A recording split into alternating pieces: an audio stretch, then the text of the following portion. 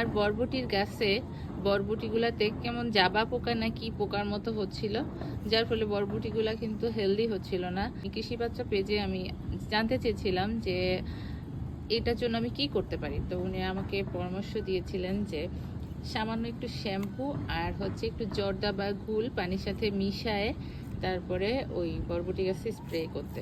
তো এখন মিশায়ে রাখছি কিছুক্ষণ, এখন এটা আমি স্প্রে করে দিব, দেখি কতটুকু কাজ হয়। আশা করি কাজ হবে। আমার স্প্রে করার একটা বোতল ছিল, সেটা খুঁজে পাচ্ছি না, না পাওয়ার ফলে যা হয় আর কি। এটা থেকে এখন এখানে ঢেলে এটাতে দিব, যেটাতে আমি পানি দিই ওটাতে।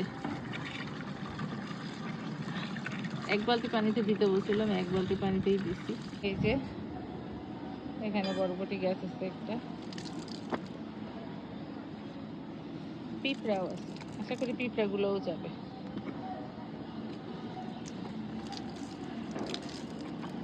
খুবই সামান্য দিলাম। এগুলা তো এই গাছ না, এখানে সিম গাছ, এটাতেও কেমন পিঁপড়া টিপড়া হয়েছে, একটু পোকার মতো দেখা যাচ্ছে বরবটি গাছে যেরকম দেখি ওইটা।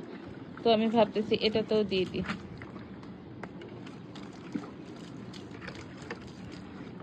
এই যে এই সিম গাছগুলোতে সিম হয়েছিল, সরি সিম না, বরবটি, বরবটি গাছগুলোতে বরবটি হয়েছিল, সবগুলাতে ছিল পোকা, জাবা পোকা। দেখি এখনো দেখেন পিঁপড়া ঘুরতেছে।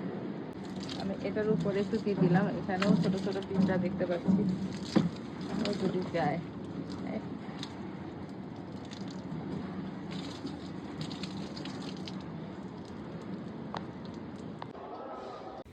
তো স্প্রে করার এক সপ্তাহেরও বেশি সময় পর আজকে গেলাম ছাদে। ছাদে দেখি বৃষ্টি, আজকে হালকা বৃষ্টি হচ্ছিল, সকাল থেকে বেশ ভালোই বৃষ্টি হয়েছে। আর গাছগুলো একদম তরতাজা হয়ে আছে। গাছের ভিতরে এখানে লুকিয়ে আছে একটা বড় সড়ো ধুন্দল। দেখেই তো আমি খুশি হয়ে গেলাম আর তুলে ফেললাম নিজের হাতে। নিজের গাছের সবজি তোলার মজাই আলাদা। আর স্প্রে দিয়ে সত্যি আমি একটু টেনশনে ছিলাম, যেহেতু অনেকদিন ছাদে যাই না, ভাবতেছিলাম সব গাছ কি মরে গেল নাকি, নাকি ঠিকঠাক মতো কাজ হয়েছে। সত্যি কথা বলতে পিঁপড়া অনেক কমে গেছে, পিঁপড়া নাই বলতে গেলে, আবার বৃষ্টির জন্য হয়তো বা নাই হতে পারে। তবে গাছগুলো খুব সুন্দর আছে। আর বরবটি যেহেতু নতুন করে হয়নি, বুঝতে পারতেছি না বরবটিতে আবার সেই পোকা হবে কিনা। তো দেখা যাক, বরবটি হইলে আমি আবার আপনাদের জানাবো কি অবস্থা। উপরের ছাদে করল্লা গাছে দেখি একটা করল্লা পেকে হয়ে গেছে, একদম পাখিতে খেয়ে গেছে। আরও কিছু করলা আছে, এই দেখেন ছোট ছোট। আমি আজকে 3টা করলা তুলেছি, ছোট না একেবারে বেশি বড়ও না, এরকম মাঝারি সাইজের 3টা করলা। ভালোই লাগলো নিজের হাতে সব সবজি তুলতে। ও আবার শাকও তুলেছি অনেকগুলা, কারণ শাক গাছগুলো এর আগে দেখাইছিলাম যে তুলে নিয়ে আসছিলাম সব শাক, অনেক ডাটা সহ, সেগুলো আবার ডাটার মতোই বড় হয়ে গেছে। তো খুব ভালো লাগে নিজের হাতে সবজি তুলতে, নিজের গাছের। তো বরবটি যেহেতু নাই, আর কি করার, বরবটি হওয়া পর্যন্ত অপেক্ষা করতে হবে এখন।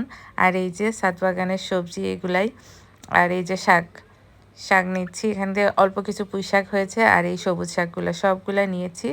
এগুলো অবশ্য আমি রান্না করব না, এগুলো সব আমার কাজিনকে দিয়ে দিয়েছি। আমার খালাতো বোন আসছিল, বললাম তুই আজকেরটা নিয়ে যা। আর মাঝখানে কিন্তু একদিন যেয়ে আমি ধুন্দল আরও 3টা পেয়েছিলাম, ওইটা আমি আমার এক আপুকে দিছিলাম, একটা কাজে আসছিল। তো ছাদে দুজনে গল্প করতে করতে 3টা ধুন্দল পাইছি, তাকে দিয়ে দিছি। এই তো ছিল আজকে ছাদ বাগানের ভিডিও। তো সবাই ভালো থাকবেন, আল্লাহ হাফেজ।